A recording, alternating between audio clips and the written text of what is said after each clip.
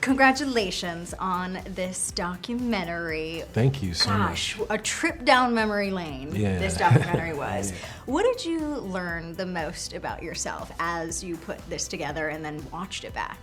Not learn, I realized how young I was when I started. It was like, wow, you're really, really, really a baby. You know, like the child actor almost. I'm 19 when I get on Saturday Night Live. You never was a somebody. You're not even a has-been. You're a never was. I'm gonna be that. A lot of the, stuff that career-defining stuff was when I was just a little baby. Was it emotional at all? What emotions kind of came to the surface for you? There's an emotional moment when I'm talking about my brother's passing. The rest of it is the emotion that I'm feeling is it's funny. It's the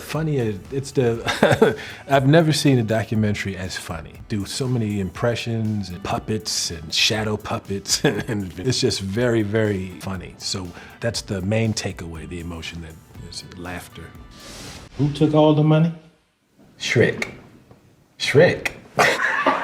As a viewer, I could feel your gratitude. I'm grateful for this life that you have lived and built for yourself. There's such a beautiful line in this documentary, and I quote, "What a life I've had." And then you chuckle, which was so sweet. Is there anything that you still want to do that you haven't yet that's almost on your bucket list? Yeah, I want to be 65. I'm only 64. 65 is on my bucket list. And then after that, I want to be 66. I keep it going. There's so much to do. There's so much to do and so much life to live. You know, I just want to maintain and spend quality time with my family. Like when you say there's still so much to do, like what comes to mind? Because you've done everything and anything in this business, but as far as the career goes, what do you hope is next? Well, I feel, when I say there's so much to do, I feel that's I'm talking about the energy that I have. I still feel creative, and I still feel, that edge, that little urge to do stuff. So that's what I'm talking about. I'm not thinking about a project that I want to do or something. It's more like I still feel I'm still energized. I still have more in me. I still have ideas. What would it take to get you back on stage to do comedy again? Because this documentary did explore a lot of the early years of your comedy career. Originally, this documentary was because I was thinking about doing stand-up again, and it was like, hey, let's do a documentary, and we'll document all the way up to me putting the act together, and that'd be part of when I put them. And then the pandemic hit, so it was like we scrapped those plans. We kept shooting the documentary because I was like I was feeling like I want to do stand-up. Then after the pandemic, I was like, I don't know, maybe I don't want to go out there and tell jokes. Now I've gotten to where I'm over the pandemic, and I'm like, I'm open to the idea of doing it again. But it has to strike, one day it has to strike me as something that could be fun. Because it's the only reason to do it is if it's fun for me to do it. And that's the only way to be funny, is if I'm having fun, then it's gonna be fun. Yeah. But if I go do something and it's don't feel right, and I feel pressure, and I feel like people come and checking to see if I want to do it as opposed to just laughing. If I feel all of that, like I said, it has to be feel like it's fun. And hello, New York City. If those puzzle pieces fall together and you do it, what would the material look like for you now? I have no idea. When the last time I did stand-up, I'm 27 years old. I'm 64 now, so it would be a whole different show. I was 27 in a leather suit, and now I'm 64, and I'm getting ready to have my third grandchild. Fourth. I got two grandchildren on the way.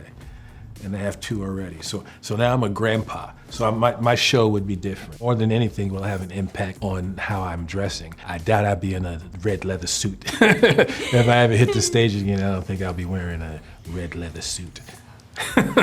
Although that would be hysterically funny.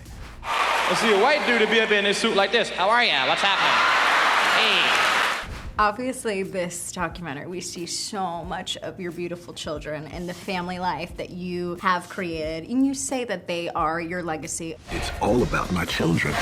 Pursue peace of mind. If you get that, then you got it all.